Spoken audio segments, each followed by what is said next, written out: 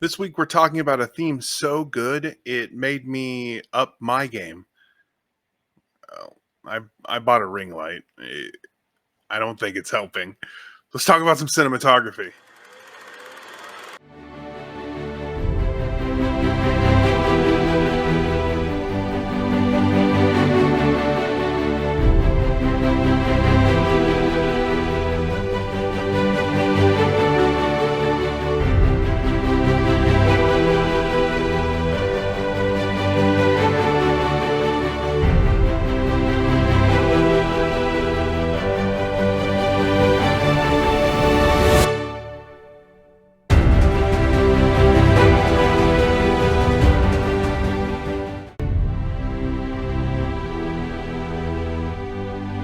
Hello.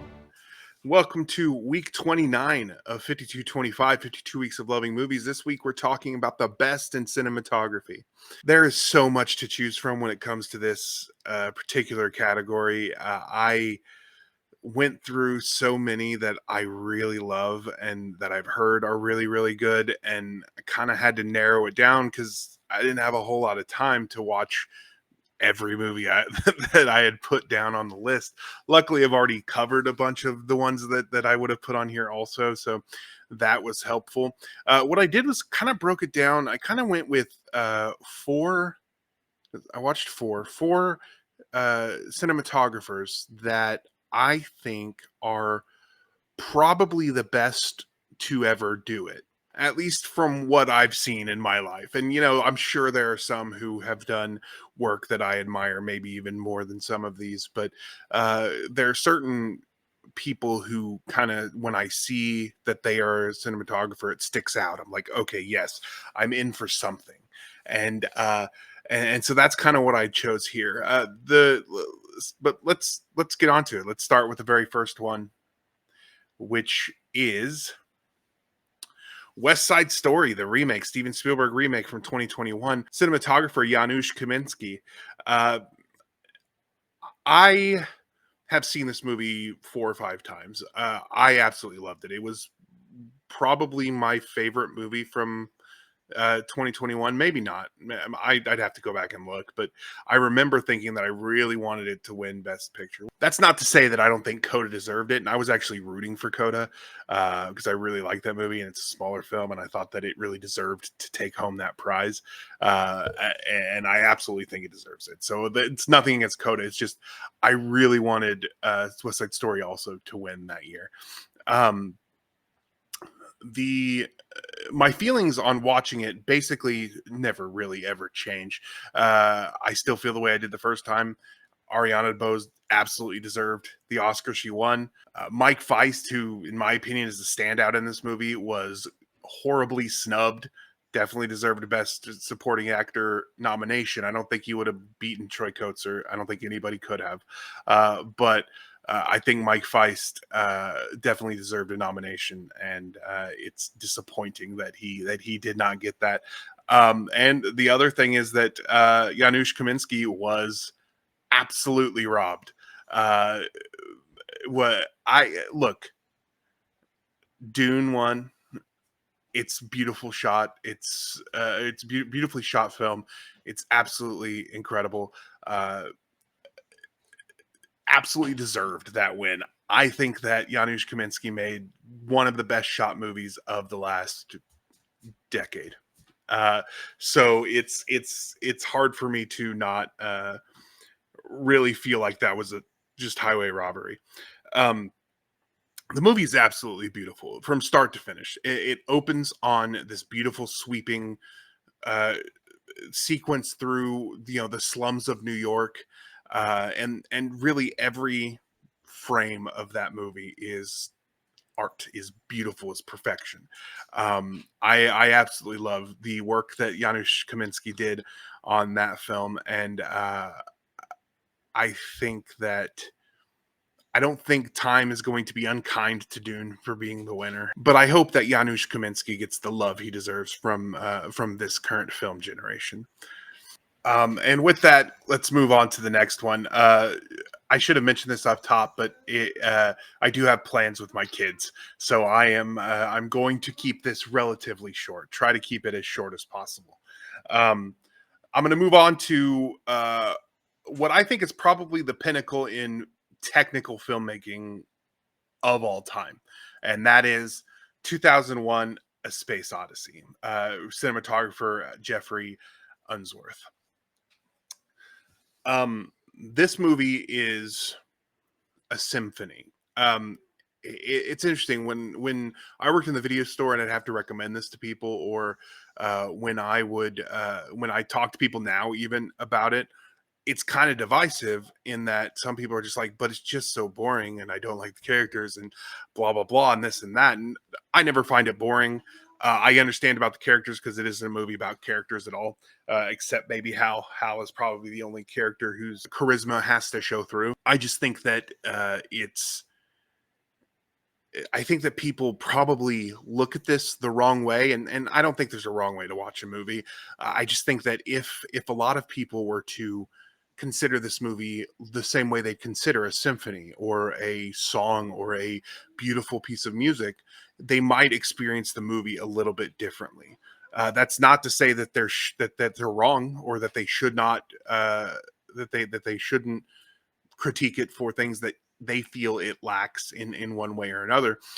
I just think that if you consider this movie the same way you'd consider a symphony, a beautiful piece of music, it makes the viewing experience, in my opinion, much better. I will say that I don't know that I really got it the very first time I watched it, and going into it with that mindset on the second watch really helped. And one thing I absolutely love about this movie is the multiple interpretations that you get from from this film, and for me too. Like, I think that no matter how many times I watch it, almost every time I find a new way to interpret the Jupiter and Beyond the Infinite scene at the end.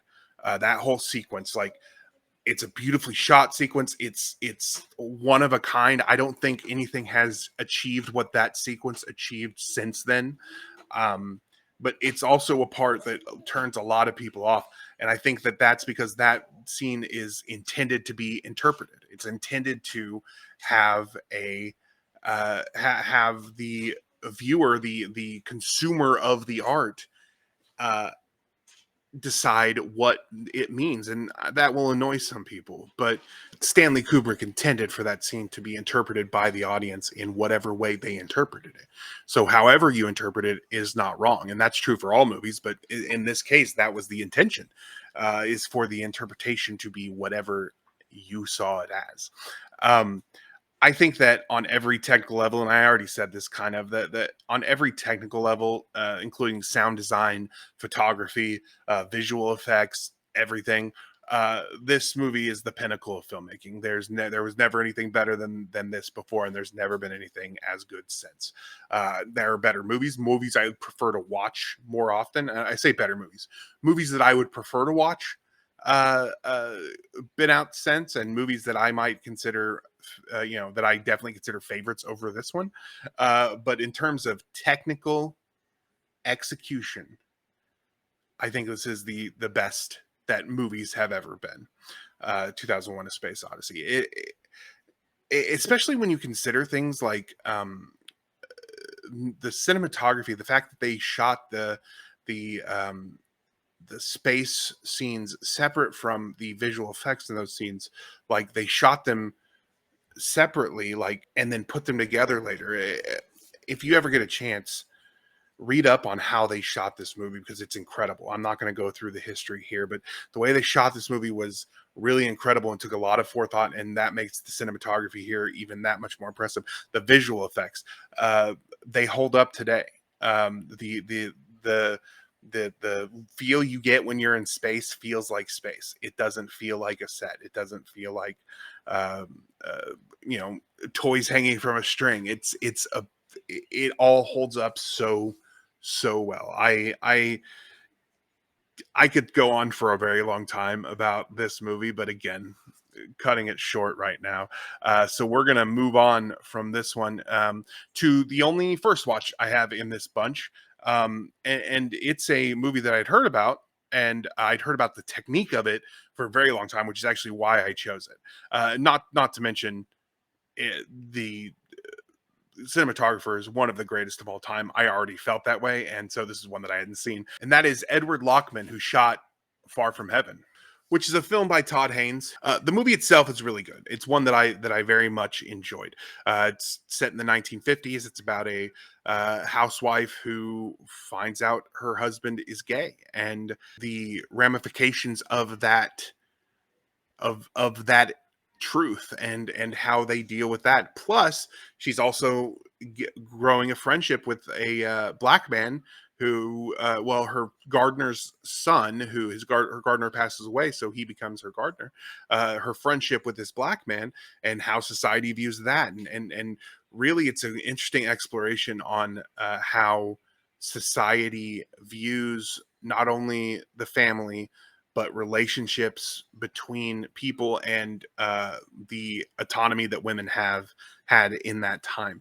The thing that makes the technique of this so interesting is that uh, Ed Lockman, at at the request of Todd Haynes, the director, modeled it after films from the 1950s, particularly the melodramas of Douglas Sirk, particularly All That Heaven Allows is the true basis for how this looks, but really all of his movies plus all of the just movies from that time period. They not only did they do that to set the movie in that firmly in that time frame, but to make the movie feel like it came from that time frame, which is an interesting difference because a movie can feel like it's set in that time, but it's very difficult to make it feel like it came from that time, and that's what this feels like. And the way that they did that is they only used techniques that were available in the 1950s. They only used equipment that was available in the 1950s. They when somebody's driving a car, they use rear projection on the back window screen to show the movement in the to show the surrounding areas to make it look like they're driving.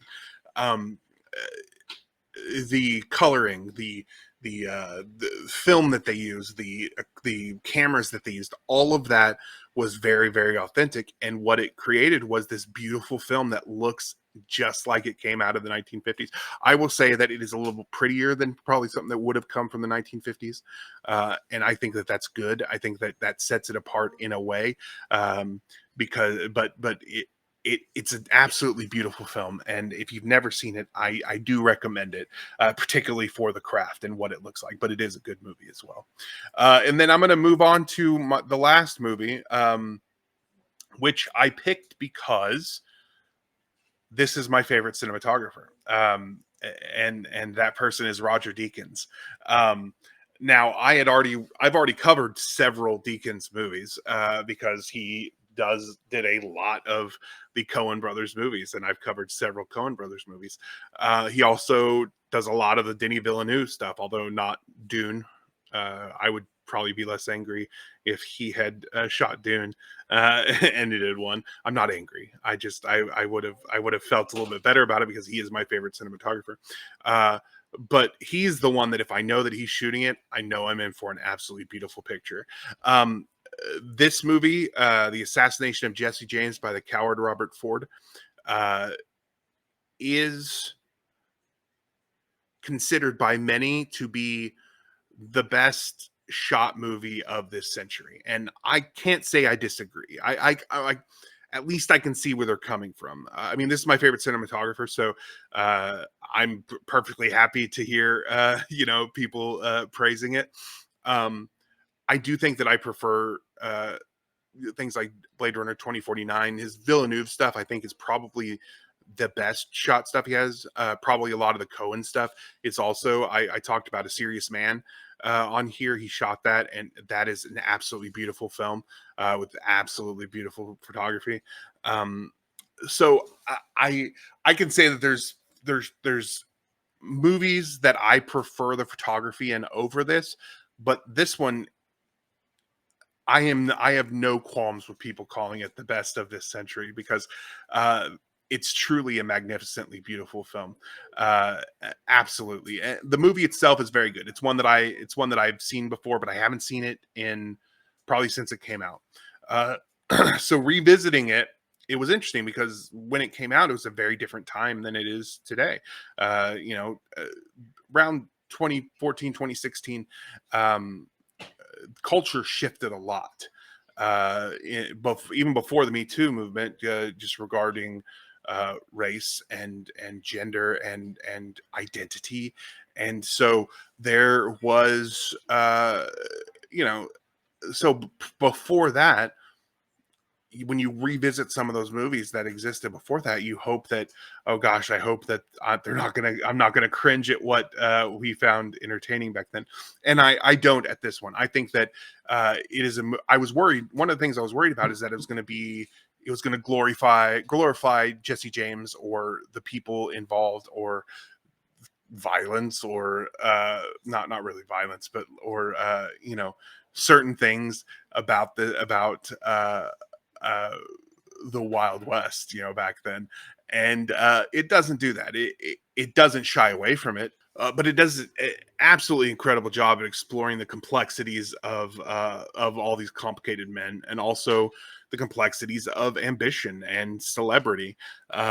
It shows Jesse James as this hero, this godlike person. It also shows his flaws. It shows his faults. It shows you know Robert Ford. It shows him as this fanboy. It shows this guy who's coming into his own.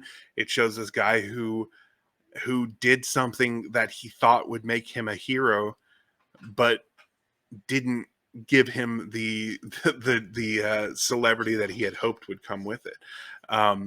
It's a very good movie. It's a very good exploration of all that, and again, absolutely beautiful shots.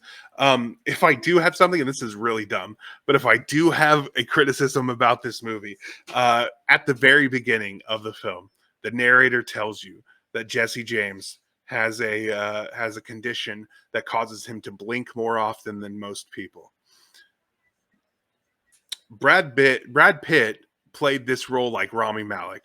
Dude didn't blink like twice through the whole thing, and they had these long shots of him just staring at a person, and you think that's a perfect time for him to blink a couple times. It really would draw that character together. They never did it. I don't know why they included that as part of the opening narration if it wasn't going to come to fruition throughout the movie.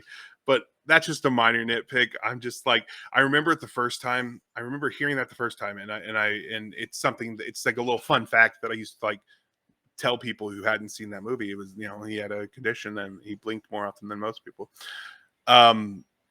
So then when I watch it this time and it comes back around, and I was like, okay, yes, I remember that. But this time I'm actually watching every time he's staring at a person or into the camera. Dude never breaks contact, never blinks. It's crazy. Not important. But Assassination of Jesse James by the Coward Robert Ford. If you want an absolutely beautifully shot film, I highly recommend this. I don't think that the story, the everything there is going to appeal to everybody. I do think that anybody who loves incredible cinematography is going to find something in this that they can love. But I'm going to leave that there, which brings us to next week. Next week, week 30, we are going to talk about directors' first features. And this one excites me because there's some that I've been holding on to for a while. I've already talked about some directors' first features throughout this, but I'm excited to get to talk about these directors' first features because there's a few that I've just been like, I really want to cover this, but I want to wait. And I hope that I'm able to get to all of them that I had in my mind. But yeah, so talk to me in the comments.